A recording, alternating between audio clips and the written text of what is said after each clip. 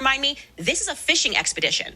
That's what it's a fishing expedition because she wants to know now who's talking trash about her. Wake up, sweetheart. It's everyone. Everyone dislikes you because after Brian Friedman dropped the receipts, we all got invested and we're covering this organically. Okay, then nobody's paying me. Nobody's giving me talking points. And so when I said to Noah on the phone, I said, call Michael Gottlieb, that's her lawyer, who's signed this or sent this over, who's an idiot. By the way, Michael Gottlieb, if you're watching, no hard feelings, you're an idiot.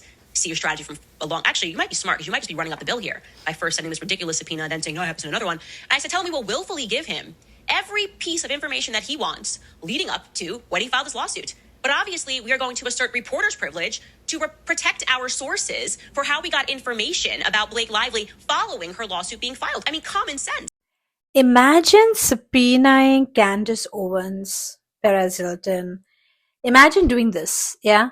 What it just reflects more and more is how desperate she's getting. That's all it reflects, Blake, in my opinion. I mean, the first, if you notice, there was a while back, she was doing this mommy sleuths after her article that came out, I think in Vanity Fair, if I'm right. And then everybody is supposed to stand back and be scared and be like, ooh, mommy sleuths are the ones. Yeah, honey. Unfortunately, it's a public opinion. Like Candace pointed out in the clip, it is organic. It was very organic. I think you opening your mouth with your interviews, yeah, that was when all this snowballed. You can't really blame people for how you speak because honestly, you don't know how to speak. You need to go for the number one thing you should have done before learn acting was go for some communication classes because honestly, you can't speak for nuts. And you can't blame others for that, right, honey? Your communication is really poor. So maybe first work on your own communication before worrying about who is speaking about you and slandering you. You don't have to worry about that, honey. It's your own communication, which is a huge problem, right? This article, let's get into it. That their creators are involved in the barf bag. I just need to keep the barf bag next to me at this point. There's just so much of barf going on nowadays. Okay, let's get into this. So Candace Owens, Paris Hilton, and Andy Seymour, which I think is from Popcorn Planet, it was reported on July 1st, citing that these three people were given subpoenas. Now, as per Candace, she didn't get subpoenaed, and as a result of which, July 1st, they were citing that the subpoenas were sent, but it was not July 1st. They received the subpoenas later, after the TMZ article came out, which is what Candace exposed. So good for Candace for doing that. Given the fact that I have not received any subpoena yet, I appreciate Blake's team leaking this to TMZ to alert me to it. The ridiculousness of Blake wanting access to 10,000 emails because Candace said that she's opened a tip line is ridiculous and hilarious.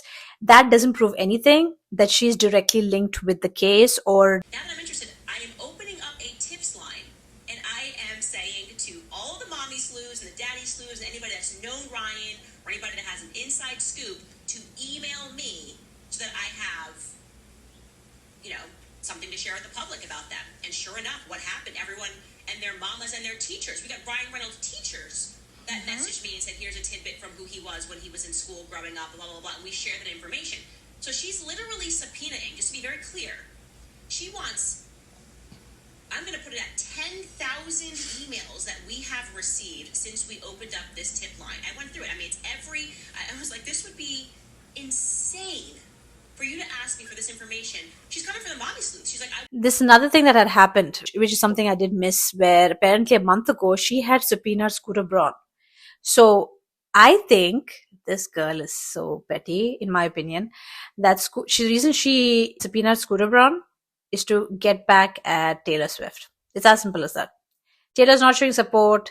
It's a bully tactic, right? Like, okay, you're not going to support me, then I'm going to bring on your nemesis, which is someone you can't stand. Okay, Scooter Braun. And it's so petty. I mean, this woman is just petty. Oh my God, this is the reason that she took the Scooter Braun. I was thinking the Taylor Swift could be the reason, but her official reason. So before the subpoena, Braun appeared with Baldoni in a roundtable on men and the Me Too movement in 2018. Are you kidding me right now? What? But it has been dropped, right?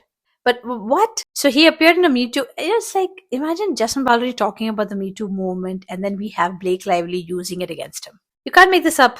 You can't make this up. I literally don't have words for this woman at this point. Very on point for Blake. Yeah. We're very good at creating a distraction tactic because we don't know how to deal with hate. Or you're looking guilty, honey, because it looks desperate.